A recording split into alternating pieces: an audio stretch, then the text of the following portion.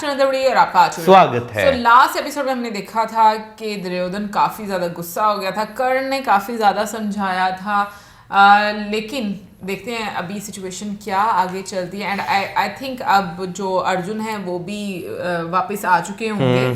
तो let's start कि आगे किस डायरेक्शन में चीज़ें चलती हैं। तो चलिए देखते हैं महाभारत। अर्जुन वापस आ रहे हैं।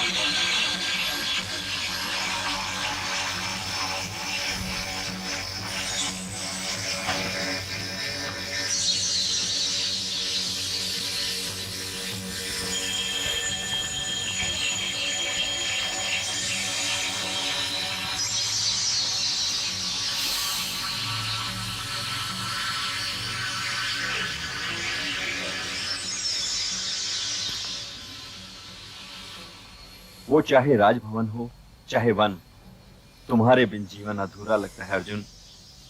आप लोगों के बिना तो वहां स्वर्ग में भी मेरा मन नहीं लग रहा था भैया। स्वर्ग लगा कैसे बड़े भैया? यदि हम सब साथ होते तो कदाचित अच्छा लगता, अन्यथा ऐसा लगा कि शरीर वहां है और आत्मा यहां। दिव्यास्त्र मिल गए?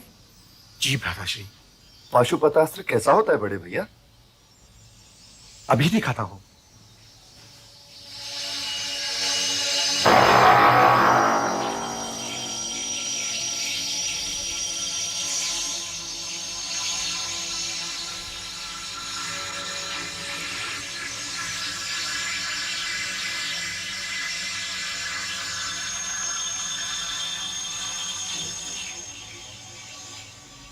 तनिक इसे चलाकर इसका चमत्कार तो दिखलाओ प्रिय अर्जुन। अवश्य भ्राताश्री।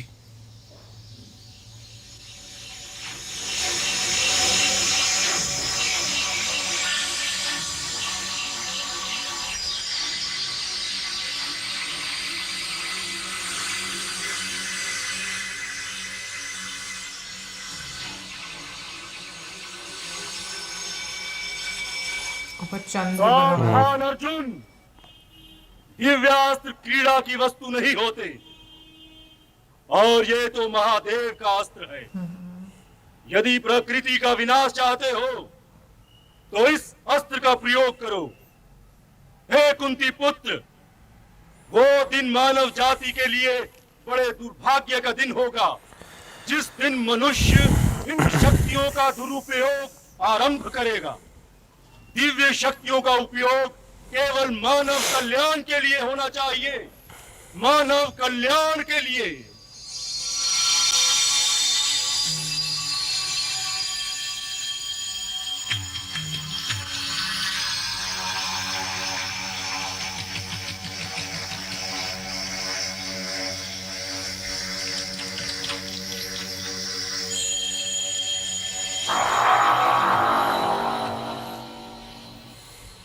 चलो अनुज, पहले स्नान करके कुछ देर यात्रा की थकन उतारो, फिर भोजन के पश्चात तुम्हारी स्वर की बातें सुनेंगे।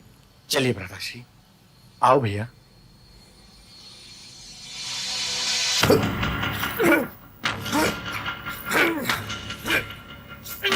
तैयारी कर रहे हैं। और मार, और मार, और मार, और मार, और मार, और मार, और बलपूर्वक, और मार, और मार, और मार, और बलपूर्वक, और बलपूर्वक, और बलपूर्वक, और बलपूर्वक, और बलपूर्वक, और बलपूर्वक। मित्र दुर्योधन, तुम युद्ध की तैयारी में इतने मग्न हो गए हो कि अपने लौकिक दायित्वों से आंख चुराने लगे हो। जो स्वयंवर शाल में होने जा रहा है वहां तुम्हारा जाना आवश्यक है, क्योंकि शाल नरेश तुम्हारे मित्र हैं। अंगराज कर्ण बिल्कुल ठीक कह रहे हैं भ्राताश्री। ये मैंने कब कहा कि मेरा मित्र ठीक नहीं कह रहा है? परंतु आजकल मेरी आंख को भीम और अर्जुन के अतिरिक्त कुछ और दिखाई नहीं दे रहा है। किंतु ये तो सोचो मित्र कि सिंधु नरेश जयद्रथ का संदेश आ चुका है कि वो तुम्हारे साथ ही शौच जाएंगे। जब वो आ जाएंगे तब उनसे क्या कहोगे? मैं उनसे कह दूंगा मित्र कि अर्जुन स्वर्ग तक जाकर सारे दिव्यास्त्र समेट लाया है। इसका अर्थ यह है कि उन्होंने युद्ध की ठान ली है और हो सकता है वे अज्ञातवास में जाने से पहले ही आक्रमण कर दें। इसलिए इन दोनों मेरा हस्तिनापुर में न रहना उचित नहीं है। जयद्रथ स्वयं नरेश है, वो राजनीति के इस दबाव को समझ जाएगा।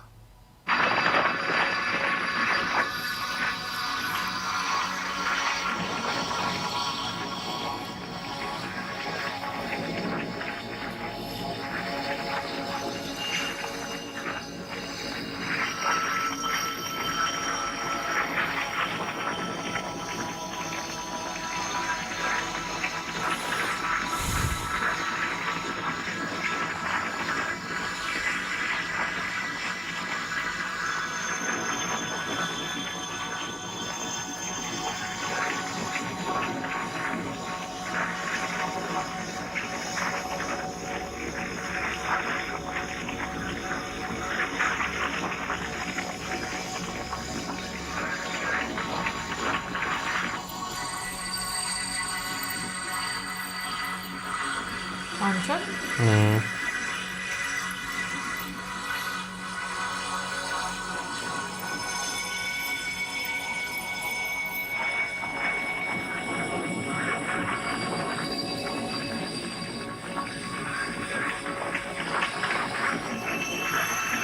सारथी रथ रोको।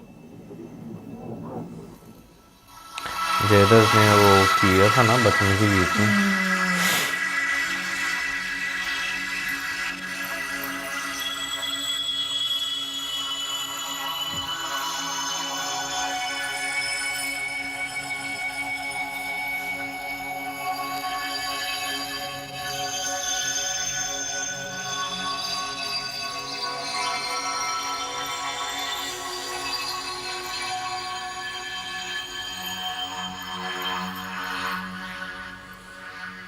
जवाहिरत जयद्रथ आप?